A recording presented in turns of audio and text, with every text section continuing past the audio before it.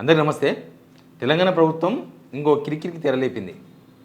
ఏకంగా ఈసారి ఎస్బీఐతోనే గోక్కుంటున్నారు, స్టేట్ బ్యాంక్ ఆఫ్ ఇండియాతోన. స్టేట్ బ్యాంక్ ఆఫ్ ఇండియా అనేది దేశంలోనే అతిపెద్ద బ్యాంక్, నేషనలైజ్డ్ బ్యాంక్, ప్రపంచంలోనే ఒక పెద్ద bank, one of the big bank. వాళ్ళ భూమిని ప్రభుత్వం అమ్మేసింది. వాళ్ళకు అమ్మిన భూమినే. ఇప్పుడు ఎవరైనా ఒకరికి అమ్మిన భూమిని ఇంకొకరికి అమ్మితే దాన్ని ఏమంటారు? ఫ్రాడ్ అంటారు. వాళ్ళకు అమ్మిన భూమిని గవర్నమెంట్ అమ్మింది, అదే భూమిని మళ్ళీ ప్రైవేట్లకు అమ్మింది. భూమి వాళ్ళు ఊపుకుంటారా? కోర్టుకు పోయినారు. మా భూమి మీరే మాకు అమ్మి మాకే రిజిస్ట్రేషన్ చేసి మళ్ళీ మీరు పోయి మా భూమిని ఇంకొకరికి ఎట్లా అమ్ముతారు అని దాని మీద పెద్ద రగడ. ఇప్పుడు ఏంది అంటే ప్రభుత్వ అకౌంట్స్, డిపాజిట్లు, ఎస్బీఐలు ఏమేమో మొత్తం క్లోజ్ చేస్తారంట. మొత్తం డిపార్ట్మెంట్ల వారీగా మొత్తం డాటా అడిగిందంట గవర్నమెంట్. ఏ డిపార్ట్మెంట్కి ఎక్కడ ఎస్బీఐలో అకౌంట్ ఉంది, డిపాజిట్స్ ఏమైనా ఉన్నాయా, అవి మొత్తం క్లోజ్ చేయాలని. అంటే మొత్తం ఆర్థిక సంబంధాలు మొత్తం తెగదెంపులు చేసుకోవాలంట ఎస్బీఐతోన. ఇదేమన్నా రేవంత్ రెడ్డి సొంతందా? ప్రభుత్వం అంటే అందరిది కదా, ఆయన సొంతంగా ఎవరిదైనా క్లోజ్ చేసుకున్న అకౌంట్స్. కానీ ప్రభుత్వము ఎస్బీఐతో కూడా చెడాలని చూస్తుంది. ముందు సబ్స్క్రైబ్ చేయండి, షేర్ కూడా చేయండి. నిజానికి ప్రభుత్వం ఒక వ్యవస్థ, గవర్నమెంటు. ఎస్బీఐ కూడా గవర్నమెంట్ వ్యవస్థ. దీనిలో నాకు తెలిసి సెంట్రల్ గవర్నమెంట్ కూడా సపోర్ట్ చేయదు వీళ్ళకి. ఎస్బీఐతో పెట్టుకుంటే ఎవరు సపోర్ట్ చేయరు.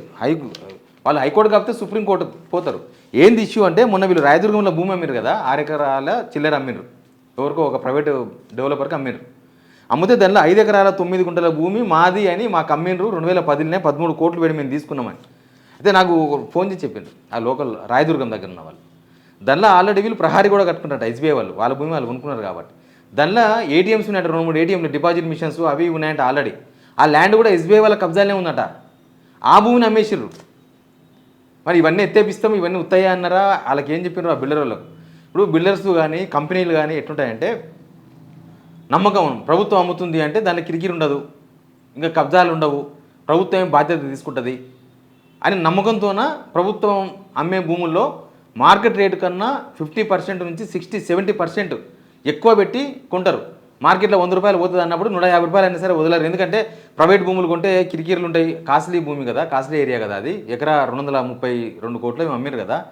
ఈ మళ్ళీ ఈ కిరికీరులు కోట్ల చుట్టూ ఎవరు దిగుతాడని ఈ బిల్డర్స్ ఎవరైనా సరే బయటికి వెళ్ళి వచ్చినా, మనోళ్ళు కొన్నా, ఎవరు కొన్నా ప్రభుత్వ భూమికి ఎక్కువ డిమాండ్ పెడతారు.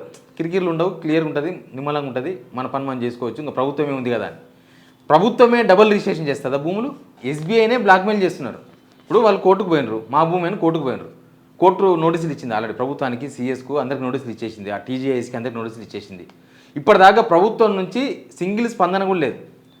ఆ టీజీఐసీకి సంబంధించిన మినిస్టర్ శ్రీధర్ బాబు ఉంటాడు, ఆయన కూడా ఖామోష్ అయిపోయాడు, ఆయన కూడా మాట్లాడతలేడు. ప్రభుత్వం నుంచి ఏమీ కనీసం టీజీఐసీ ఉంది కదా, Telangana industrial infrastructure development corporation, దాని ద్వారానే అమ్మిరు భూమి. వాళ్ళు కూడా ఒక ప్రెస్ నోట్ కూడా ఇవ్వలే కనీసం.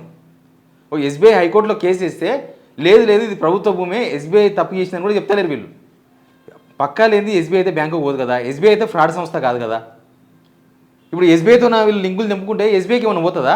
ఏం పోదు. గవర్నమెంట్కి నష్టం, తెలంగాణకి నష్టం, కానీ ఎస్బీఐకి ఏం పోతుంది?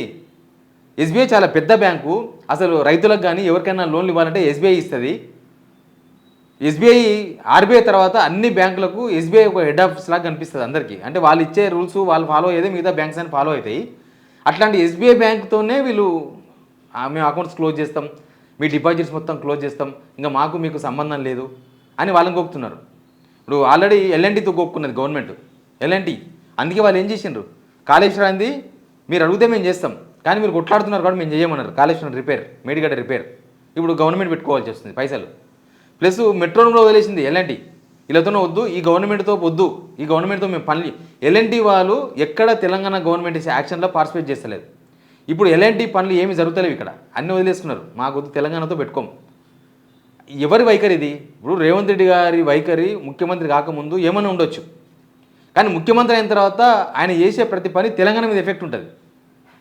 ఆయన ముఖ్యమంత్రి అయిన తర్వాత ఆయన వైఖరి మారాలి కదా. అంతకుముందు ఏమైనా చేసింది, ఇప్పుడు ముఖ్యమంత్రి అయిన తర్వాత కూడా గవర్నమెంటే బ్లాక్మెయిల్ చేస్తుంది నేషనలైజ్డ్ బ్యాంక్ని, ఒక ఇంటర్నేషనల్ కంపెనీ బ్లాక్మెయిల్ చేస్తుంది ప్రభుత్వమే. అంటే ఇప్పుడు అదే పని ఎవరన్నా ఒక బిల్డర్ చేసిన అనుకుందాం, ఒక డెవలపర్ ఎవరో సేమ్ ఈ డబ్బులు పెట్టిన ఆయన, అక్కడ భూమి కొన్న ఆయన్నే ఆయననే ఒక సేమ్ ఇట్లనే వేరే భూమి, గవర్నమెంట్ భూమిని ఆయన్నే ఎవరికైనా నమ్మేసిన అనుకుందాం, ఊకుంటారా? ఇప్పటికల్లా జైల్లో పెడుతున్నారు, బొక్కలో వేస్తారు. మళ్ళీ ప్రభుత్వమే డబుల్ రిజిస్ట్రేషన్ చేద్దామని డబుల్ క్లయింట్కు అమ్మితే దాన్ని తప్పు కాకపోతే ఏమవుతుంది? మీరు అమ్మిన భూమిని ఇప్పుడు ఎస్బీఐ మేము 13 కోట్లకు కొన్నాము, మా దగ్గర అన్ని పత్రాలు.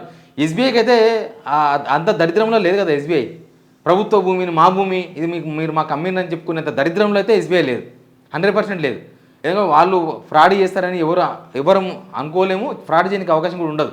ఎస్బీఐ అనేది ఒక వ్యవస్థ. ఇక్కడ ఏమైందంటే రేవంత్ రెడ్డి మొత్తం అయిపోయింది, సర్వస్వం అయిపోయాడు. రేవంత్ రెడ్డి ఈ బ్యాంకుతో మనకు సంబంధాలు లేవంటే సంబంధాలు కట్, ప్రభుత్వం మొత్తం దూరం జరగాలి. లేదు మనం ఎల్ఎన్టీకి మనం శత్రువులం అంటే ఆ శత్రువులు రైట్, ఎల్ఎన్టీతో మనకేం సంబంధం లేదు. దీనివల్ల ఏమవుతుందంటే తెలంగాణ బ్రాండ్ పోతుంది. రేపు నాడు ఎవడన్నా వచ్చి పెట్టుబడులు పెట్టాలంటే వాడిస్ తెలంగాణ అని చూస్తాడు. తెలంగాణ గవర్నమెంటే రేపు బేలం వేస్తుంది, ఇంకా చాలా భూములు అమ్ముతుంది. అమ్మకపోతే వీళ్ళ సంసారం సాగదు. ఎవడ నుంచి కొనాలంటే అరే ప్రభుత్వమే డబల్ అమ్ముతుంటే ఎవడు కొంటాడు వచ్చి. ప్లస్ ఎవరన్నా పెట్టుబడులు పెట్టాలనుకున్నాడు కూడా ప్రభుత్వమే ఇట్లా చేస్తే రేపు నాడు ఉనక ల్యాండ్ ఇస్తారబ్బా. గవర్నమెంట్ ఒక కంపెనీకి ల్యాండ్ ఇద్దాం అనుకుంటుంది, ఒక కంపెనీ వస్తే పెట్టుబడులు పెట్టికే ఒక కంపెనీ పెడతామంటుంది, ఒక సాఫ్ట్వేర్ కంపెనీ పెడతా అంటుంది, ఓ భూమి ఇస్తుంది. ఆ భూమి ఎక్కడ భూమి తెలియదు, అది ఎవరి భూమి కూడా తెలియదు. ఆ భూమిని ఇచ్చేస్తే ఆ కంపెనీ మొత్తం కన్స్ట్రక్షన్ చేసిన తర్వాత ఆ భూమి అని వచ్చి కేసు వేస్తాడు. ఆ కంపెనీ ఎంత లుక్సాన్ అవుతుంది. అంత పెద్ద బిల్డింగ్ కట్టి ఎక్కడి నుంచో మొత్తం ఇన్ఫ్రాస్ట్రక్చర్ తీసుకొచ్చి ఇక్కడ చాలామందికి ఉద్యోగాలు ఇచ్చి, అంటే దాని మీద కూడా ఎఫెక్ట్ ఉంటుంది. ఎవడైనా వచ్చి ఇక్కడ పెట్టుబడి పెట్టాలనుకుంటే గవర్నమెంట్ ఇచ్చే భూమి మీద కూడా 1,00,000 అనుమానాలు స్టార్ట్ అవుతాయి. తెలంగాణ బ్రాండ్ పోతుంది, క్రెడిబిలిటీ పోతుంది, హైదరాబాద్ క్రెడిబిలిటీ పోతుంది. ఇక ఉద్యోగాలు ఎడికెళ్ళి వస్తాయి, కంపెనీలే రాంది. మనకు ఉన్నా లేకపోయినా క్రెడిబిలిటీ గవర్నమెంట్కి ఉండాలి. ఇక్కడ వ్యక్తులు ఇంపార్టెంట్ కాదు, వ్యవస్థలు ఇంపార్టెంట్. వ్యక్తులు కూడా మారాలి. మన వైఖరి ఇంతే, మనం అంతకుముందు అదే చేసాం కాబట్టి ఇప్పుడు అదే చేస్తాం, అంతకుముందు మనం ఏమో చేసాం కాబట్టి ఇప్పుడు అవే చేస్తాం. వ్యక్తిగత వ్యవహారాలు గవర్నమెంట్ మీద ఎఫెక్ట్ పడకూడదు. వ్యక్తిగతంగా ఏమని ఉండొచ్చు కానీ గవర్నమెంట్ ఎఫెక్ట్. ఇప్పుడు వాళ్ళు చేసిన తప్పేముంది. ఎస్బీఐ వాళ్ళు వచ్చి ఏమైనా ధర్నా చేస్తుండ్రా, లేకపోతే రేవంత్ రెడ్డి ఇల్లు ముట్టడించిండ్రా? వాళ్ళకు హక్కు ఉంది, వాళ్ళకు మాది భూమి అని వాళ్ళు పోయినరు. గవర్నమెంట్కి చేతనైతే కొట్లాడండి కోర్టులో. వాళ్ళు ప్రైవేట్ వ్యక్తులు కాదు, లేకపోతే నిజం వారసులు, లేకపోతే ఇంకెవరో ఏం కాదు కదా. అవునవు ఎప్పుడో ఏం కథనో వీళ్ళు ఎవరో కాంతి షీకులు ఏం కాదు కదా. ఎస్బీఐ అంటే స్టేట్ బ్యాంక్ ఆఫ్ ఇండియా అందరికి తెలిసిందే కదా. వాళ్ళ మీద కక్ష ఎందుకు, వాళ్ళ మీద బ్లాక్మెయిల్ చేస్తున్నందుకు, వాళ్ళని బ్లాక్మెయిల్ చేస్తున్నందుకు. మీ దగ్గర మొత్తం అకౌంట్స్ క్లోజ్ చేస్తే ఎస్బీఐ బ్యాంక్ ఏమైనా నష్టపోతుందా? చాలా రాష్ట్రాలలో అన్ని ప్రభుత్వాలు ఎస్బీఐతోనే డీల్ చేస్తాయి. ఎందుకంటే అది నేషనలైజ్డ్ బ్యాంకు, గవర్నమెంట్ బ్యాంకు, కొంత ఫ్రెండ్లీగా ఉంటుంది, గవర్నమెంట్తో మంచిగా ఉంటుంది. రేపు నాడు గవర్నమెంట్లకు ఏమైనా కావాలంటే లోన్లు కావాలంటే లోన్లు ఇవ్వాలంటే, జనాలకు లోన్లు ఇవ్వాలంటే గవర్నమెంట్ చెప్తే గవర్నమెంట్ ఇంత మీరు ఇన్ని లక్షల కోట్ల లోన్లు ఇవ్వాలి రైతులకంటే ఇచ్చే బ్యాంకులు ఇమీడియట్గా డబ్బులు సమీకరించేంత శక్తి ఉన్న బ్యాంక్ అది. ఆ బ్యాంకు మేము అకౌంట్స్ క్లోజ్ చేసుకుంటాం, బ్లాక్మెయిల్ స్టార్ట్ చేసిండు. ఇంకా ప్రతిదీ ఇట్లా బ్లాక్మెయిల్ చేసుకుంటూ పోతే పెద్ద పెద్ద వ్యవస్థలతోన నాకు దీన్ని బట్టి ఏమర్థమవుతుందంటే ఇప్పుడు రేవంత్ రెడ్డి చేసే పనులు మొత్తం ఇట్లే ఉన్నట్టున్నాయి. అంటే ఆయన ఎవరైనా ప్రశ్నిస్తే మీరు దొంగ జర్నలిస్ట్ అని బ్లాక్మెయిల్ చేయాలి.